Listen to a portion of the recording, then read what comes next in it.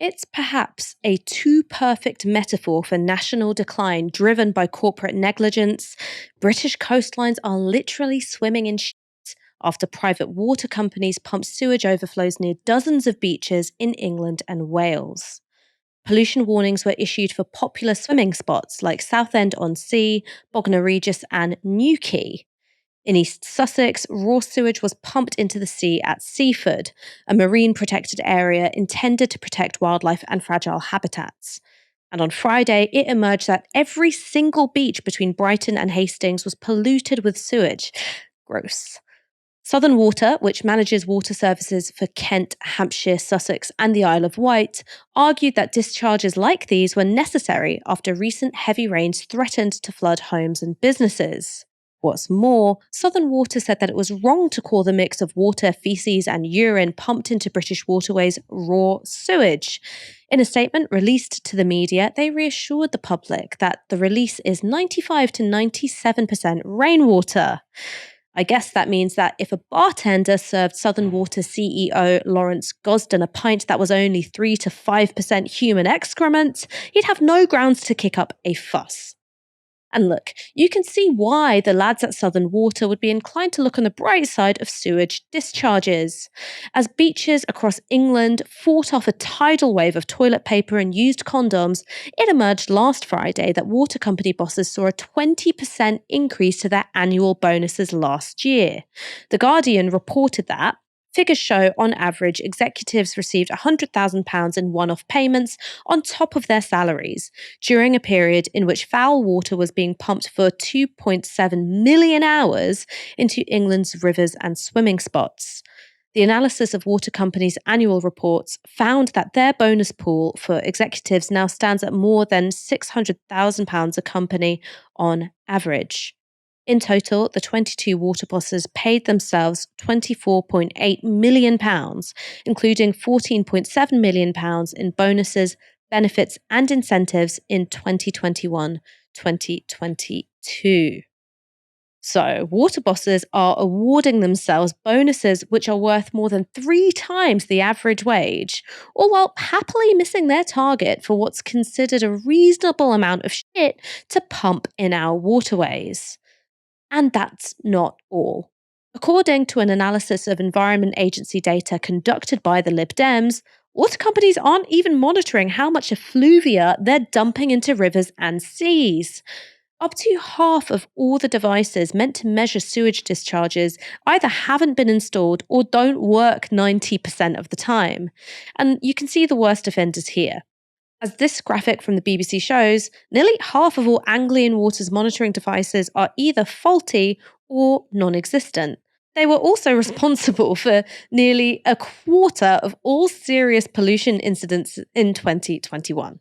So, you'll be pleased to hear that Anglian Water's chief exec, Peter Simpson, landed bonuses worth over £750,000 as part of a £1.3 million pay package. Moya, water companies have turned beauty spots into literal rivers of shit, all while helping themselves to absolutely outrageous bonuses. Why aren't CEOs more frightened of being dunked headfirst into septic tanks? In answer to that, I'm going to quote an awful man, because sometimes the worst person you know makes a great point. So in 1884, Joseph Chamberlain said, while arguing for the nationalisation of water and sewage systems, that it is difficult, if not impossible, to combine the citizens' rights and interests and the private enterprise interests, because the private enterprise aims at its natural and justified objective, the biggest possible profit. They're not having their heads dunked in sewage because they're private companies and they're operating exactly as privatized monopolies will, to cut operating costs and increase profits. Their obligation is to the shareholder and the shareholder only. I would love to know what interests and links politicians have to these big water companies. But, England is, I think, the only country in the world, apparently, where we have fully privatized water supply. Wales now has a privatised water supply, but the company is not for profit. There are no shareholders.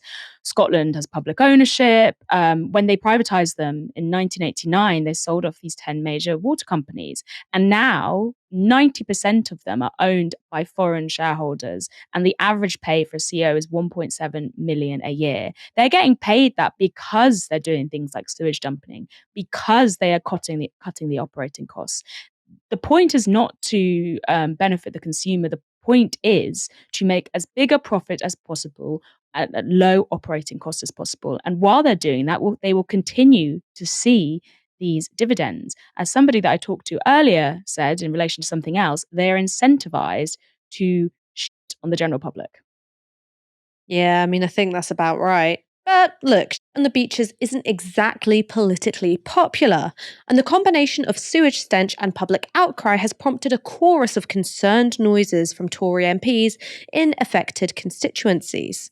Here's what Sally Ann Hart, MP for Hastings, said on Twitter. I am appalled by the latest sewage discharges into bathing waters in the local area, and Southern Water must be held to account for this threat to both public health and marine life.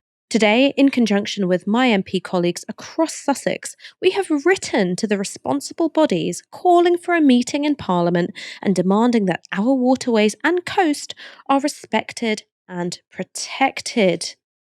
Hmm. Wouldn't be this Sally Ann Hart by any chance. Back in October 2021, Sally Ann Hart voted against an amendment which would have made water companies legally responsible for dumping sewage into rivers and seas via combined sewer overflows. And the vote came 7 weeks after companies were told by the government they could release untreated sewage directly into waterways because of a shortage of chemicals caused by the lorry driver crisis. It does seem that Sally Ann felt vaguely ashamed of having voted with the government whip at the time. After voting down the amendment, she released a defensive statement claiming it would have simply been too expensive to clean up the sewers. However, the figure cited by Sally Ann Hart and other coastal Tory MPs was seemingly cribbed straight from the water company's lobbying group. And obviously, they're going to say it's totally unfeasible to make them stop pumping shit into rivers. It's in their economic interest to sacrifice the environment so they don't have to invest in better infrastructure. I mean, Moya, Sally Ann Hart isn't the only Tory MP to have voted against cutting sewage dumping and now be aghast at the present state of British beaches. Do you think that this is going to hurt them at the ballot box? I think that's a difficult question because every time I think something's going to hurt politicians at the ballot box, the electorate immediately forgets about it. I do think the question of water and the state of pollution in our water is becoming ever more present the more that we're getting extreme weather conditions, whether that is flooding, especially flooding that causes sewage to rise up and flood the streets, or extreme heat, where you're seeing thousands of people flocking to their nearest swimming spots, rivers, etc., in the hopes of cooling down. And there's an absolute crisis in the provision of public swimming pools, that especially ones that are affordable. So more and more, this is coming up, and I don't think it's a coincidence that a story that has been around for quite a while has now got so much attention on it, just as we're having an extremely hot summer, and people are starting to think again, hang on a minute, why can't I go down to the local river or the local pool and swim in that? Oh, it turns out there's a load of shit in it. Who knew? I think journalists have actually known this for quite a while. The story has rumbled on and on. There's been pollution issues with companies since before privatization. In 1998, the infamous Camelford water disaster saw Britain's worst poisoning, mass poisoning, and it saw potentially up to 20,000 people exposed to contaminated water. Later, there were lots of unexplained deaths. Somebody died from a specific condition which was directly linked to this water, but still there haven't really been the investigations and answers into that. And they think that that wasn't investigated properly because at the time they were trying to push through the privatization of water companies. And if it had come to light that this water company had completely messed up, and then they would not have pushed that through and been able to push that through in the same way because of the political taint that would have been attached to it. In terms of the ballot box, it depends how much A, the media, and B, opponents hammer this home. But I do think people are thinking more about it. I'm certainly at home going, why is water in such a state? Why is it so disgusting? Why have we let this happen for so long without getting angry about it? But as with anything, momentum has to be maintained.